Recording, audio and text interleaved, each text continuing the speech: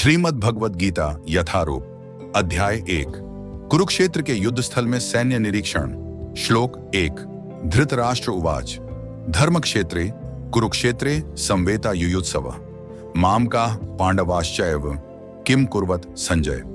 धृतराष्ट्र उवाच राजा धृतराष्ट्र ने कहा धर्मक्षेत्रे धर्म भूमि तीर्थ स्थल में कुरुक्षेत्र नामक स्थान में संवेता एकत्र युयुत्सव युद्ध करने की इच्छा से माम का मेरे पक्ष पुत्रों पांडवा पांडु के पुत्रों ने च तथा एव निश्चय ही किम क्या अकुर्वत किया। संजय हे संजय। धृतराष्ट्र ने कहा हे संजय धर्म भूमि कुरुक्षेत्र में युद्ध की इच्छा से एकत्र हुए मेरे तथा पांडु के पुत्रों ने क्या किया। तात्पर्य भगवद गीता एक बहुपठित आस्तिक विज्ञान है जो गीता महात्म्य में सार रूप में दिया हुआ है। इसमें यह उल्लेख है कि मनुष्य को चाहिए कि वह श्री कृष्ण के भक्त की सहायता से संवीक्षण करते हुए भगवद गीता का अध्ययन करे और स्वार्थ प्रेरित व्याख्याओं के बिना उसे समझने का प्रयास करे। अर्जुन ने जिस प्रकार से साक्षात भगवान कृष्ण से गीता सुनी और उसका उपदेश ग्रहण किया, इस प्रकार की स्पष्ट अनुभूति का उदाहरण भगवद गीता में ही है।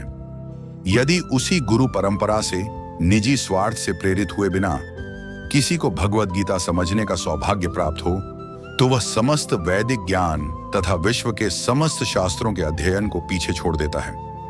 पाठक को भगवद गीता में न केवल अन्य शास्त्रों की सारी बातें मिलेंगी अपितु ऐसी बातें भी मिलेंगी जो अन्यत्र कहीं उपलब्ध नहीं है। यही गीता का विशिष्ट मानदंड है। स्वयं भगवान श्री कृष्ण द्वारा साक्षात उच्चारित होने के कारण यह पूर्ण आस्तिक विज्ञान है। महाभारत में वर्णित धृतराष्ट्र तथा संजय की वार्ताएं इस महान दर्शन के मूल सिद्धांत का कार्य करती हैं। माना जाता है कि इस दर्शन की प्रस्तुति कुरुक्षेत्र के युद्ध स्थल में हुई जो वैदिक युग से पवित्र तीर्थ स्थल रहा है। इसका प्रवचन भगवान द्वारा मानव जाति के पथ प्रदर्शन हेतु तब किया गया जब वे इस लोक में स्वयं उपस्थित थे। धर्म क्षेत्र शब्द सार्थक है क्योंकि कुरुक्षेत्र के युद्ध स्थल में अर्जुन के पक्ष में श्री भगवान स्वयं उपस्थित थे। कौरवों का पिता धृतराष्ट्र अपने पुत्रों की विजय की संभावना के विषय में अत्यधिक संदिग्ध था। अतः इसी संदेह के कारण उसने अपने सचिव से पूछा। उन्होंने क्या किया।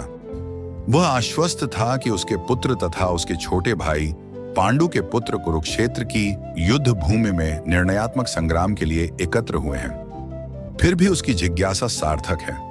वह नहीं चाहता था कि भाइयों में कोई समझौता हो, अतः वह युद्ध भूमि में अपने पुत्रों की नियति भाग्य भावी के विषय में आश्वस्त होना चाह रहा था। चूंकि इस युद्ध को कुरुक्षेत्र में लड़ा जाना था जिसका उल्लेख वेदों में स्वर्ग के निवासियों के लिए भी तीर्थ स्थल के रूप में हुआ है, अतः धृतराष्ट्र अत्यंत भयभीत था कि इस पवित्र स्थल का युद्ध के परिणाम पर न जाने कैसा प्रभाव पड़े। उसे भली भांति ज्ञात था कि इसका प्रभाव अर्जुन तथा पांडु के अन्य पुत्रों पर अत्यंत अनुकूल पड़ेगा क्योंकि स्वभाव से वे सभी पुण्यात्मा थे। संजय श्री व्यास का शिष्य था, अतः उनकी कृपा से संजय धृतराष्ट्र के कक्ष में बैठे बैठे कुरुक्षेत्र के युद्ध स्थल का दर्शन कर सकता था। इसीलिए धृतराष्ट्र ने उससे युद्ध स्थल की स्थिति के विषय में पूछा।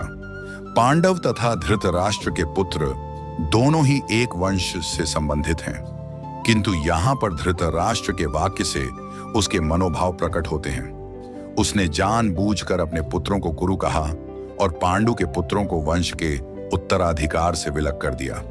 इस तरह पांडु के पुत्रों अर्थात अपने भतीजों के साथ धृतराष्ट्र की विशिष्ट मनस्थिति समझी जा सकती है। जिस प्रकार धान के खेत से अवांछित पौधों को उखाड़ दिया जाता है, उसी प्रकार इस कथा के आरंभ से ही ऐसी आशा की जाती है कि जहां धर्म के पिता श्री कृष्ण उपस्थित हों, वहां कुरुक्षेत्र रूपी खेत में दुर्योधन आदि धृतराष्ट्र के पुत्र रूपी अवांछित पौधों को समूल नष्ट करके युधिष्ठिर आदि नितांत धार्मिक पुरुषों की स्थापना की जाएगी। यहाँ धर्म क्षेत्र तथा कुरुक्षेत्र शब्दों की उनकी ऐतिहासिक तथा वैदिक महत्ता के अतिरिक्त यही सार्थकता है।